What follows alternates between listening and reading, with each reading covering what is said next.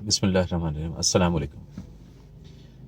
Low carb के benefit लेने के लिए जिसमें आपकी बॉडी इंसुलिन सेंसिटिव हो जाएगी, आपकी बॉडी में अंदर मौजूद ऑलरेडी जो स्टोर्ड फैट है उनको बर्न करने के लिए तैयार हो जाएगी, और आप for a long lasting even after Ramzan भी आप अपने फैट्स को बर्न कर पाएंगे, और उसके साथ साथ जो फर्दर फैट बॉडी में एक्यूमुलेट हो रहे हैं या फैट सिंथेसिस हो रही है उसको प्रिवेंट कर सकते हैं, बशर्ते कि अगर हम रमज़ान को उसकी रूह के ऊपर इसके फास्टिंग के जो बेनिफिट्स हैं उनको हम अवेल कर सकें। हेल्दी सैरी की हमने बात की थी जो कि लो कार्ब और हाई फैट है, और उसी को फॉलो करते हुए इसमें से इस प्लान में से अगर मामूली भी तब्दीली कर दी जाए तो शायद वो आप वो वाले बेनिफिट्स नहीं ले सकते। फॉर एग्जांपल इसमें कार्बोहाइड्रेट का लो होना ज़रूरी है, और अच्छी क्वांटिटी में फैट्स और प्रोटीन का होना ज़रूरी है। अगर आप अच्छा फैट ले लेते हैं, प्रोटीन भी ले लेते हैं, लेकिन आप साथ में कुछ कार्बोहाइड्रेट भी ज़्यादा ले लेते हैं, तो फिर आपकी बॉडी में अगेन इंसुलिन प्रोडक्शन होगी, और वो आप उसकी मौजूदगी में जो बाकी फैट बर्निंग हार्मोन्स हैं या जो बाकी बेनिफिशियल हार्मोन्स हैं वो रिलीज़ नहीं हो पाएंगे। आपको दिन में भूख लगेगी और तकरीबन वही सर्कल रिपीट होगा। तो लिहाजा इस पैटर्न को फॉलो करना बड़ा ज़रूरी है। हेल्दी अफ्तारी की अगर हम बात करें तो उसके अंदर भी आलमोस्ट तकरीबन वही पैटर्न है। अफ्तारी करते वक्त जो सबसे बड़ी एक हम गलती करते हैं वो ये है कि हम अफ्तारी में मशरूबात को इस्तेमाल कर लेते हैं ज़्यादा। अगेन यहाँ पे फोकस ये है कि शुगर एंड कार्बोहाइड्रेट के कंटेंट को कम से कम रखना है। किसी भी किस्म का मशरूब, चाहे वो कोल्ड ड्रिंक्स की फॉर्म में है या चाहे बाकी जो हम घर में रूह अफ़ज़ा जाम शीरीन वगैरह बनाते हैं उसकी फॉर्म में होगा जिनमें चीनी डलती है या जो ऑलरेडी बहुत ज़्यादा मीठे हैं, या इवन अगर हम फ्रूट जूसेस भी बनाते हैं तो वो भी यहाँ पे बेनिफिशियल नहीं है। अफ्तारी एक सिंपल वे में की जाए जिसमें आप लो कार्बोहाइड्रेट डाइट लेते हैं। फॉर एग्जांपल आप हेल्दी टाइप के पकोड़े बना के भी ले सकते हैं। अगर हम घर में तलते हैं पकोड़े, वेजिटेबल से बनाते हैं, तो उसमें कोई मजाका नहीं है। अगर आप ऐसी चटपटी चीज़ खाना चाहते हैं या वो खाने के शौकीन हैं, खजूर इस्तेमाल की जाए लेकिन बहुत ज़्यादा क्वांटिटी में नहीं, एक दो तीन मैक्सिमम खजूरें, इससे ज़्यादा नहीं।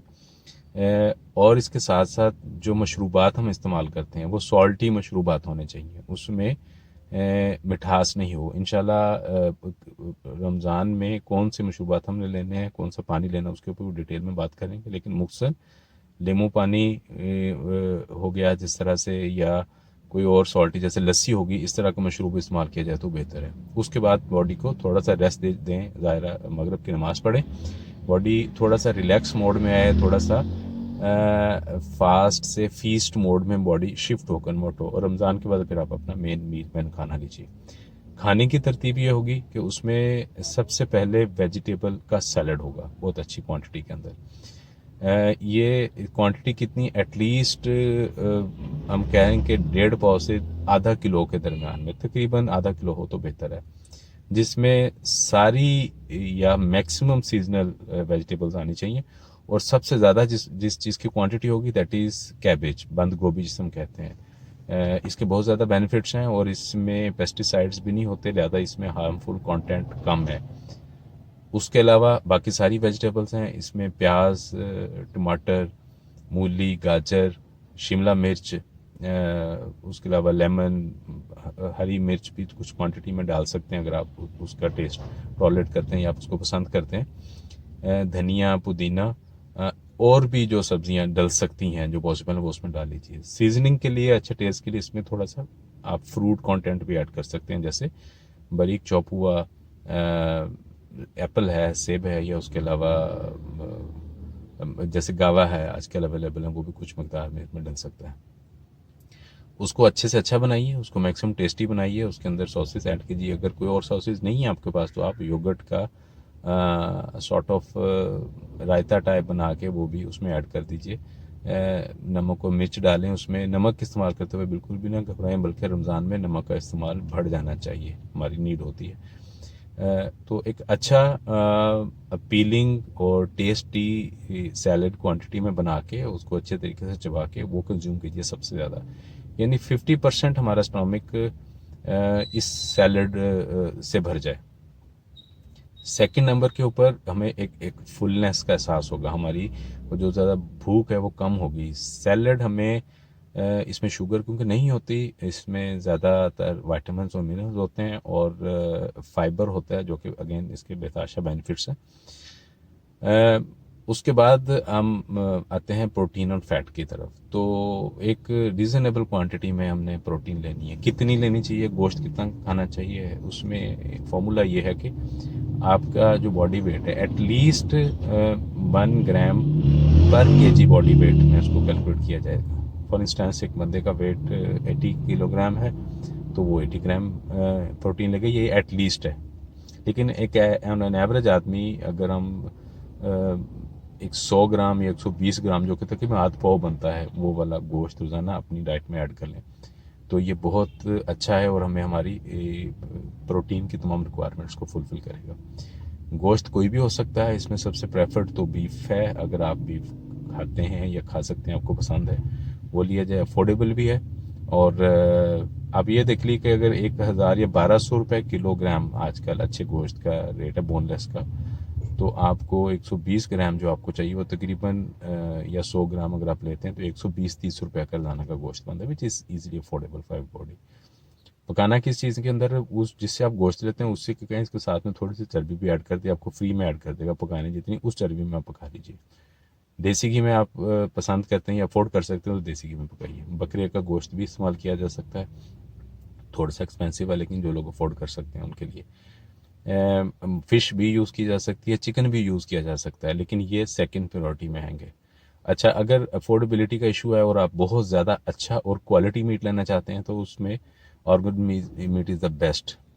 ऑर्गन मीट की न्यूट्रिशनल वैल्यू दूसरे गोश्त से कई गुना ज़्यादा होती है। ये न्यूट्रिशनल डेंस फूड होते हैं, इसके अंदर प्रोटीन्स, इसके अंदर विटामिन और मिनरल्स और बाकी जो न्यूट्रिशन है वो बहुत रिच क्वांटिटी में कॉन्सेंट्रेटेड फॉर्म में अवेलेबल होता है।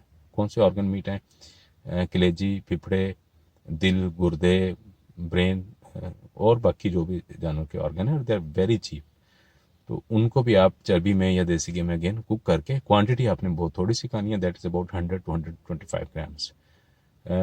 तो इस तरह से आपको एक अच्छी क्वालिटी का प्रोटीन और फैट भी मिल जाता है। तीसरे नंबर पे अगर आप क्योंकि हम मेजोरिटी लोग कार्बोहाइड्रेट्स खा रहे होते हैं और कार्ब एडिक्ट होते हैं, तो उसकी रिक्वायरमेंट पूरी करने के लिए आप या अपने आप को एक सेटिस्फेक्शन देने के लिए आप थोड़ी सी क्वांटिटी में कार्बोहाइड्रेट ले सकते हैं, क्योंकि ऑलरेडी आपने आपका ऑलमोस्ट 70-80% तो जो भूख थी वो फुलफ़िल हो चुकी है विद सैलड और उसके अलावा बाकी ये मीट और प्रोटीन्स के साथ।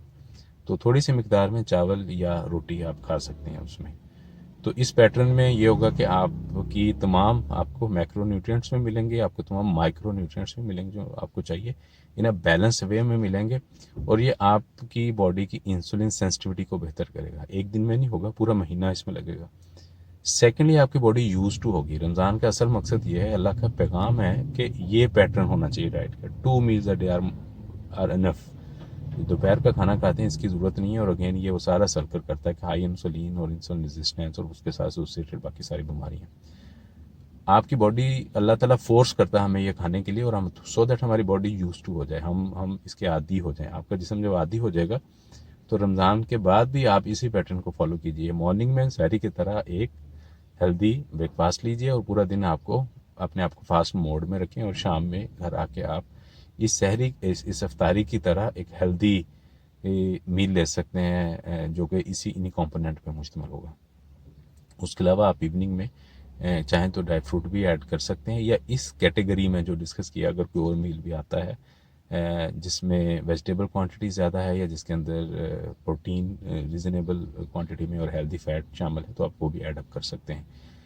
अच्छा, वेजिटेबल के रेफरेंस से ये बहुत ज़रूरी नहीं कि वेजिटेबल को कच्ची ही खाया जाए। अगर आप सैलड नहीं खाते, बहुत ज़्यादा आपको पसंद ही नहीं है, आप समझते मैं नहीं इतना खा पाऊँगा, तो आप उसका सौते कर लीजिए। रेसिपीज़ इंटरनेट पे अवेलेबल हैं। आप उनको सर्टन उसमें बॉयल करके और दैन कढ़ाई में थोड़ा सा बटर डाल के सौते कर लिया जाता है। बहुत पॉपुलर ये डिशेज़ हैं, नंबर ऑफ़ डिशेज़ अवेलेबल हैं। तो वो प्लेट उससे भर के वेजिटेबल के उसके साथ आपका जो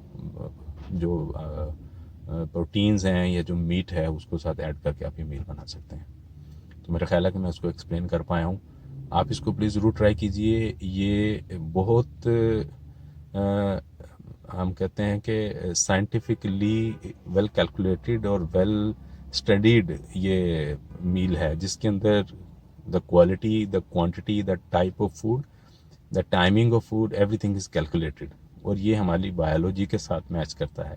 ये वो मील पैटर्न है, फास्टिंग विद हेल्दी न्यूट्रिशन, या हम कहेंगे low carb and high fat and protein sort of diet. ये हमारी बॉडी की जो ख़राबियां हैं, जो इंसुलिन रेजिस्टेंस है, जो ओबेसिटी है, जो फैट हम बहुत ज़्यादा हम कैरी कर रहे हैं, इनके रेफरेंस से it is extremely beneficial, it is proven. आप प्लीज़ इसको ट्राई दीजिए।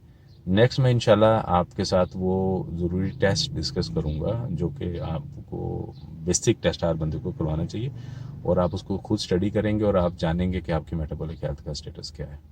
अल्लाह आपको खुश रखे। Life is wonderful. अस्सलाम वालेकुम।